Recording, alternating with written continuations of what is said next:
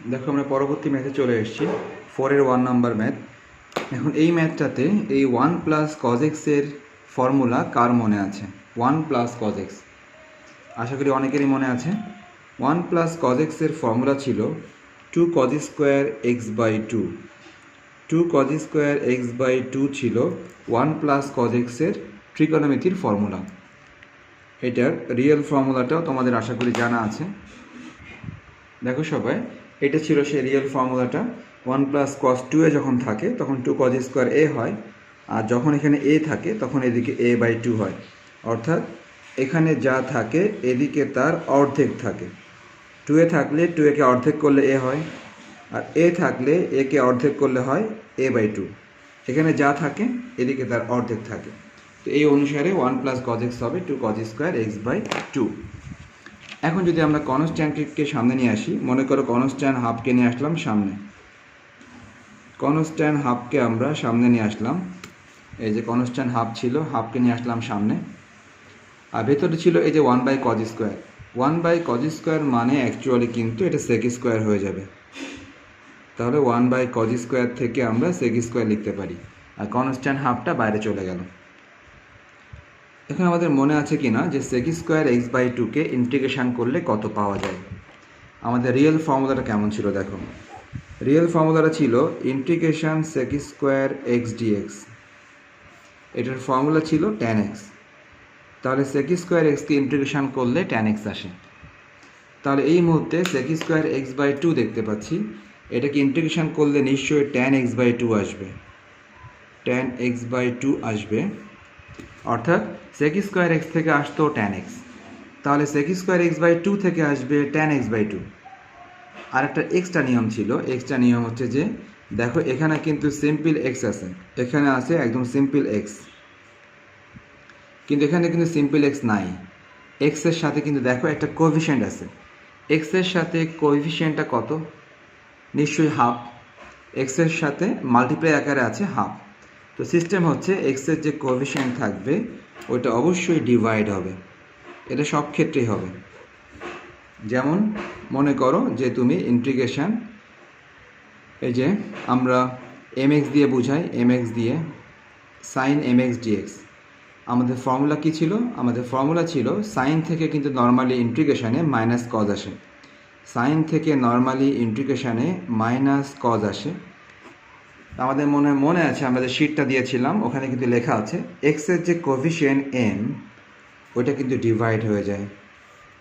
তো একইভাবে সেক square x থাকলে অবশ্যই ট্যান এক্স হবে, কিন্তু যদি এক্সের কোনো কোএফিশিয়েন্ট থাকে সেটা এর সাথে ডিভাইড হয়ে যাবে।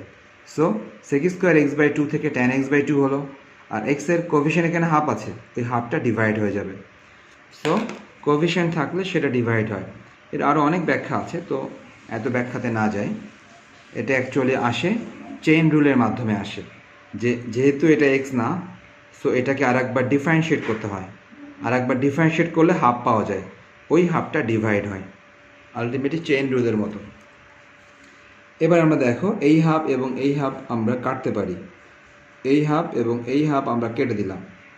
কেটে দিলে শুধু ট্যান এক্স বাই 2 থাকে। আমরা কিন্তু একটা জিনিস লিখতে ভুলে গেছি, সেটা কি? সেটা হচ্ছে লিমিটটা। দেখো লিমিট ছিল 0 থেকে পাই বাই 2।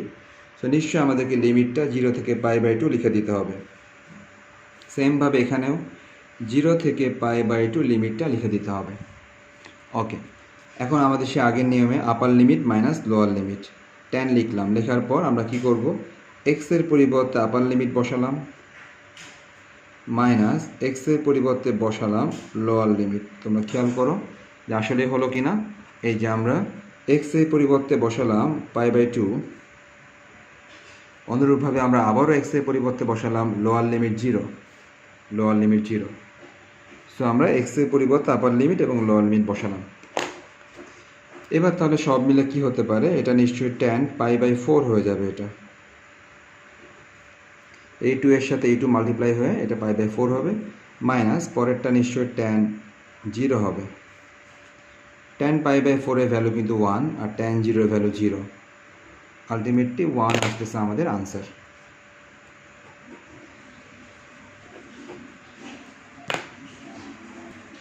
দেখো আমরা চলে এসেছি পরবর্তী ম্যাথে, 4-এর 2 নাম্বার ম্যাথ। যেখানে আছে 1 মাইনাস সাইন এক্স, আর একটু আগে কিন্তু আমাদের ছিল 1 প্লাস কজ এক্স ছিল। সিস্টেমটা হচ্ছে যদি 1 প্লাস কজ এক্স থাকে অথবা 1 মাইনাস কজ এক্স থাকে তাহলে কিন্তু আমাদের ফর্মুলা আছে। যেমন যদি 1 মাইনাস কজ এক্স থাকতো তাহলেও কিন্তু আমাদের ফর্মুলা ছিল।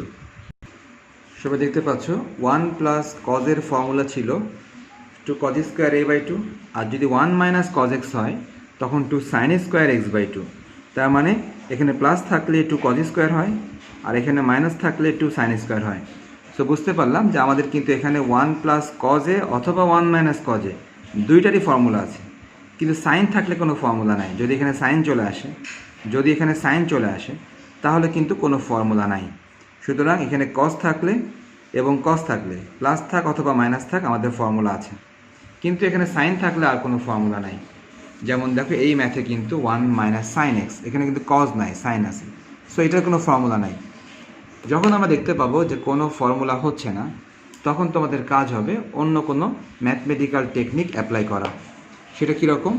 নিচে যেটা আছে তুমি এইটার অপোজিট সাইন দিয়ে উপরে নিচে মাল্টিপ্লাই করে দাও। নিচে যেটা আছে এইটারই অপোজিট সাইন, দ্যাট মিন্স এটা হবে 1 প্লাস সাইন এক্স, উপরে হবে 1 প্লাস সাইন এক্স। সো নিচেরটার অপোজিট সাইন দিয়ে তুমি উপরের নিচে মাল্টিপ্লাই করে দিলা। 1 প্লাস সাইন এক্স নিচেও দিলা, 1 প্লাস সাইন এক্স তুমি উপরেও দিলা। তাহলে আমরা নিচে উপরে একই ভ্যালু দিয়ে মাল্টিপ্লাই করে দিলাম। নেক্সট 0 টু পাই বাই 3 তো ঠিকই আছে, উপরে 1 প্লাস সাইন এক্স ঠিক থাক, নিচেরটা কিন্তু আমরা মাল্টিপ্লাই করে দিব।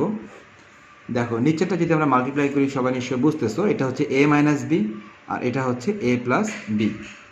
তাহলে a মাইনাস বি এবং a plus B, that means কী হওয়ার কথা এখানে a square minus B square হওয়ার কথা নিচেরটা। সো নিচেরটা কিন্তু actually a square minus B square হয়ে গেল, a minus B into a plus B, a square minus B square. এখন তাহলে আমরা কিন্তু এখান থেকে নিচেরটা আমাদের ফর্মুলা হয় 0 টু পাই বাই 3 থাকলো, উপরে 1 প্লাস সাইন এক্স থাকলো, উপরে 1 প্লাস সাইন এক্স থাকার পর নিচেরটা সবাই জানি 1 মাইনাস সাইন স্কোয়ার মানেই cause square, 1 minus sine square x মানেই কজ স্কোয়ার এক্স। সো আমরা নিচেরটাকে লিখতে পারি কজ স্কোয়ার এক্স লিখতে পারি। এখন আমরা এখান থেকে যেটা করব সেটা হচ্ছে ডিভাইড করে দিব ইন্ডিভিজুয়ালি আমরা ডিভাইড করে দিব। সেটা কীরকম দেখো, 1 divide cos square, 1 divide cos square plus sine x divide cos square, sine x divide cos square. So আমরা কিন্তু ডিভাইড করে দিলাম individually 1 divide cos square, sine x divide cos square. এখন দেখা যাক যে এদের মাধ্যমে কি আসে। 0 টু পাই বাই 3 ঠিক আছে, এখানে 1 বাই কজ স্কোয়ার মানে নিশ্চয়ই সেক স্কোয়ার হবে, 1 বাই কজ স্কোয়ারে সেক স্কোয়ার হবে। আর চিন্তা করো তো sine x by cos square এক্সে কী হওয়ার কথা, sine x by cos square এক্সে কী হওয়ার কথা। তাহলে আমরা খেয়াল করি ভালো করে যে আসলে কি হওয়ার কথা। এখানে কজ স্কোয়ার আছে মানে নিশ্চয়ই এখানে দুইটা কজ আছে। তাহলে সাইন এক্স বাই একটা কজ, সাইন এক্স বাই একটা কজ নিশ্চয়ই ট্যান এক্স হয়ে যাবে। তাহলে যদি আমরা একটা কজ নেই সাইনের সাথে সেটা হবে ট্যান এক্স। আবার আমরা যদি আরেকটা কজ কিন্তু বাকি আছে, সেই কজকে আমরা কি ভাবতে পারি 1 বাই কজ ভাবতে পারি। সেই কজকে 1 বাই কজ মানে কিন্তু সেক এক্স। আশা করি বুঝতে পারলাম। আমি আরেকবার বলি, নিচে আছে cause square x, cause square x মানে কি এখানে কিন্তু দুইটা কজ আছে, সাইন এক্স বাই একটা কজ মানে ট্যান, আর 1 বাই অপর কজ মানে সেক। সো আমরা এখন সরাসরি ইন্টিগ্রেশন করে দিব। তো এটার ইন্টিগ্রেশনের ফর্মুলা সবারই জানা, আমি চলে যাচ্ছি পরের পেজে। সো সবাই এখান থেকে দেখে নাও আগে। ইন্টিগ্রেশন সেক স্কোয়ার এক্সের ফর্মুলা ছিল ট্যান এক্স, আর ইন্টিগ্রেশন সেক এক্স ট্যান এক্সের ফর্মুলা ছিল সেক এক্স। সুতরাং আমরা কিন্তু এখন ইন্টিগ্রেশন সরাসরি এটার ফর্মুলা এবং সরাসরি এটার ফর্মুলা অ্যাপ্লাই করে দিচ্ছি, যা আমি এইমাত্র বললাম। দেখো আমরা তাহলে এখানে আগের পেজ থেকে আমরা সরাসরি ফর্মুলা করলাম। প্রথমটার ফর্মুলা ছিল ট্যান এক্স এবং পরেরটার ফর্মুলা ছিল সেক এক্স, এবং এখানে লিমিটটা বসিয়ে দিলাম। এখন আমাদের কাজ কী হবে? এখন আমাদের কাজ হবে এই এক্সের পরিবর্তে আগে আপার লিমিট π/3 বসিয়ে নেওয়া এবং মাইনাস দেওয়ার পর আবারও এক্সের পরিবর্তে লোয়ার লিমিট 0 বসিয়ে দেওয়া। তাহলে দেখো আমরা কিন্তু এখানে এক্সের পরিবর্তে আগে আপার লিমিট π/3 বসিয়ে নিয়েছি, আবার মাইনাস দিয়ে আবারও আমরা এক্সের পরিবর্তে লোয়ার লিমিট 0 বসিয়ে নিয়েছি। এখন আমাদের কাজ হবে সরাসরি ভ্যালু বসানো। tan π/3 মানে tan 60 degree, tan 60 degree value √3। এবার এটা হচ্ছে sec 60 ডিগ্রি। তো এটা বোঝার আগে তোমাকে বুঝে নিতে হবে যে cos 60 কত। cos 60 ডিগ্রির ভ্যালু হচ্ছে হাফ। আমরা জানি cos 60 এর ভ্যালু হচ্ছে হাফ। তাহলে cos 60 যদি হাফ হয় তাহলে sec 60 হবে এটার উল্টা। হাফকে উল্টা এলে কিন্তু 2 হয়ে যায়। সো আমরা বুঝতে পারলাম tan 0 এর ভ্যালু 0 প্লাস sec 0। তার আগে বুঝতে হবে cos 0 কত। cos 0 এর ভ্যালু কিন্তু 1। তাহলে cos 0 এর ভ্যালু যদি 1 হয়, তাহলে sec 0 হবে এই 1 এর উল্টা। তো 1কে উল্টাইলে ওইটা 1ই হয়। তাহলে সব কিছু মিলিয়ে আমরা √3 + 2 লিখতে পারি, আর পরেরটাতে শুধু -1 থাকে। √3 + 1 থাকে আমাদের আনসার।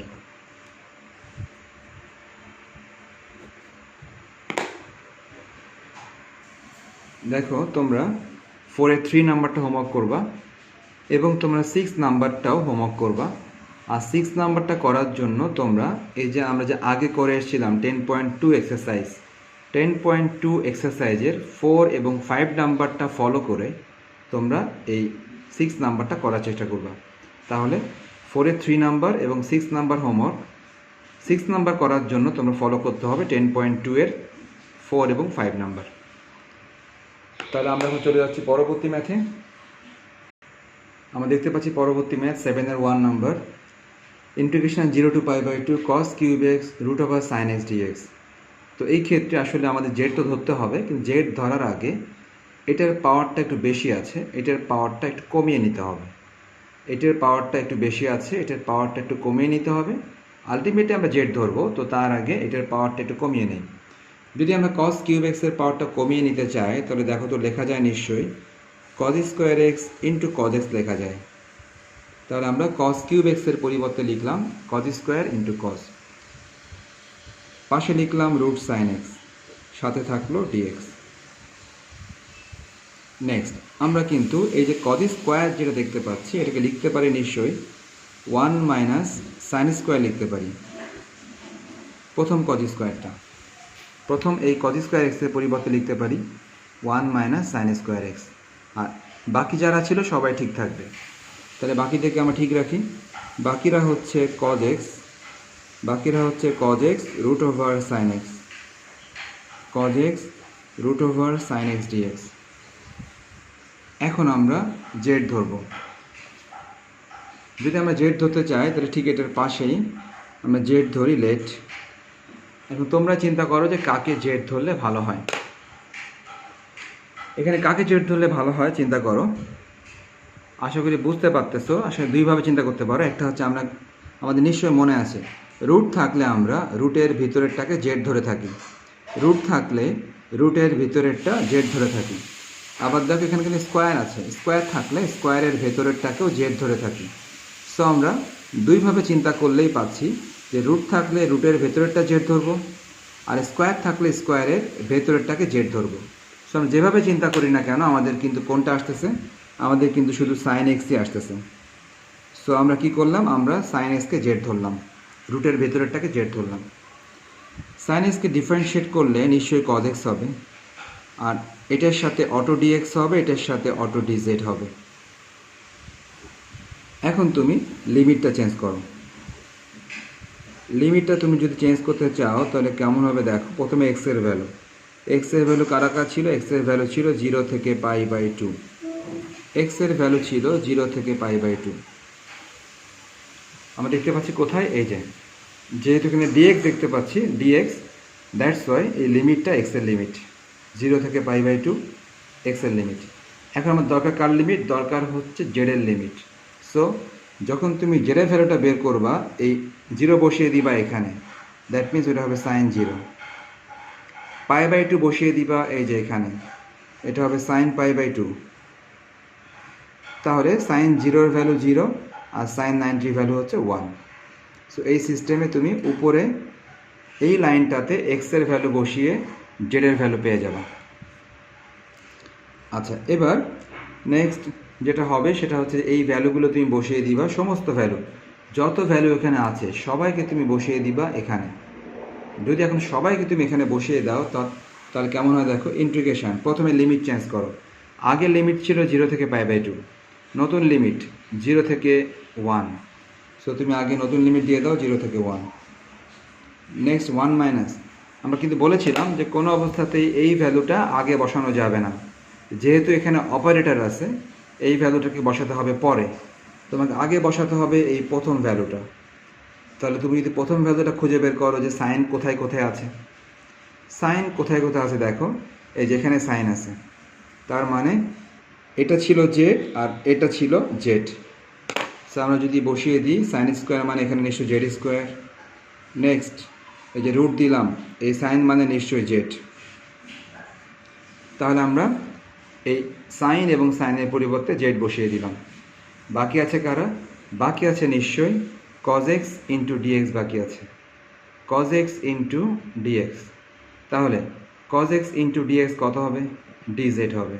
সো আমরা বুঝতে পারলাম যারা বাকি ছিল cos x ইন্টু ডিএক্স বাকি ছিল, সেই cos x ইন্টু ডিএক্সের ভ্যালু ছিল ডিজেড।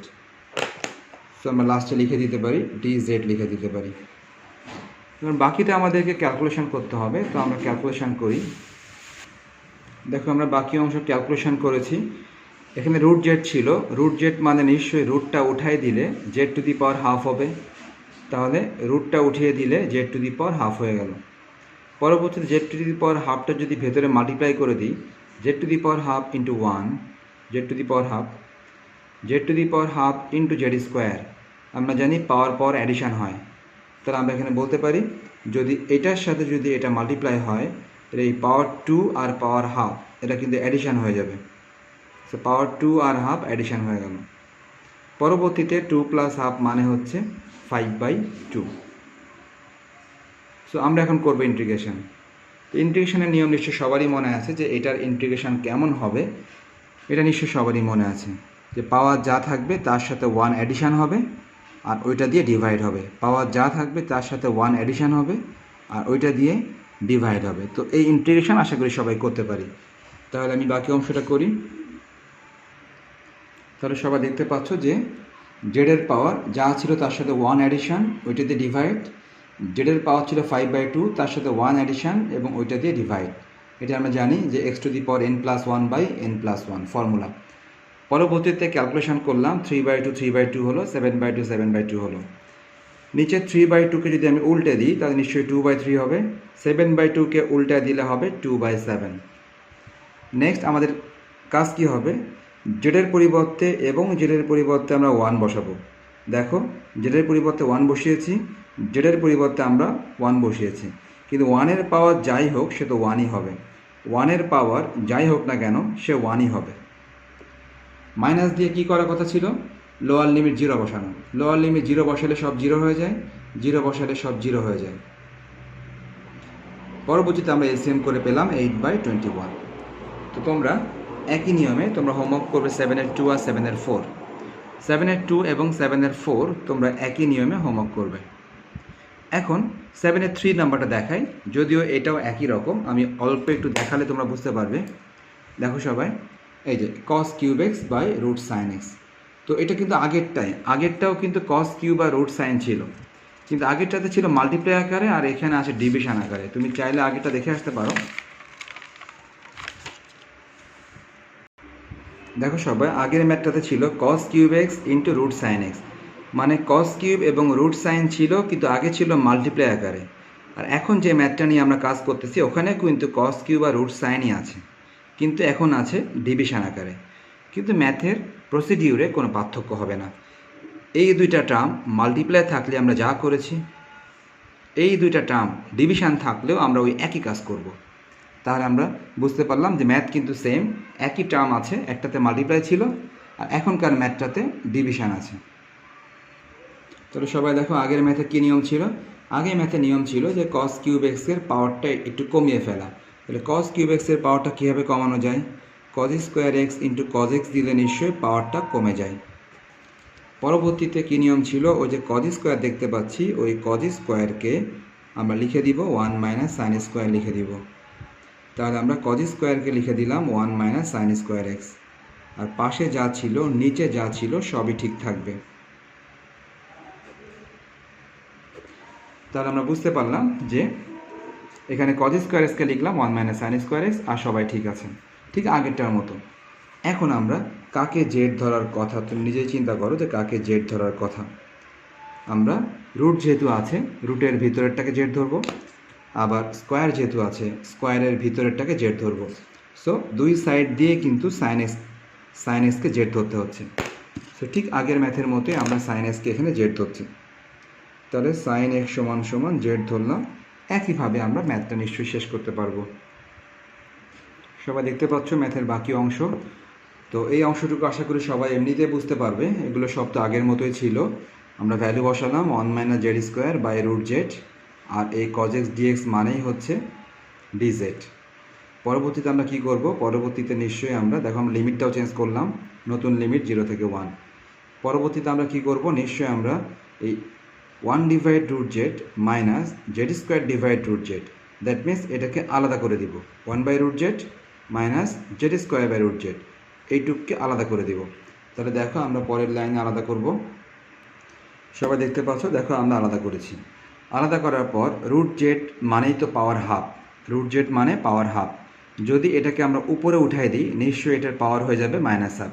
তাহলে নিচ থেকে রুট জেড উপরে উঠে গেলে এটার পাওয়ার হয়ে যায় মাইনাস হাফ। রুট জেড মানে পাওয়ার হাফ, তাহলে এই পাওয়ার হাফ আর এই পাওয়ার 2 আমরা জানি ডিভিশনের সময় পাওয়ার পর মাইনাস হয়। তাহলে উপরের 2 আর নিচের পাওয়ার হাফ, 2 আর হাফ মাইনাস হয়ে গেল, ডিভিশনের সময় পাওয়ার পর মাইনাস হয়। বাকি অংশ ক্যালকুলেশন তোমরা দেখলে বুঝতে পারবে। তাহলে এটা আমি আর ব্রিফ করলাম না, এটা এখানে লেখা আছে, তোমরা এখান থেকে দেখে বুঝতে পারবে। এটার আনসার এসছে 8/5। তো তোমরা এখান থেকে দেখে বুঝতে পারবে, এটা আমি আর ব্রিফ করলাম না।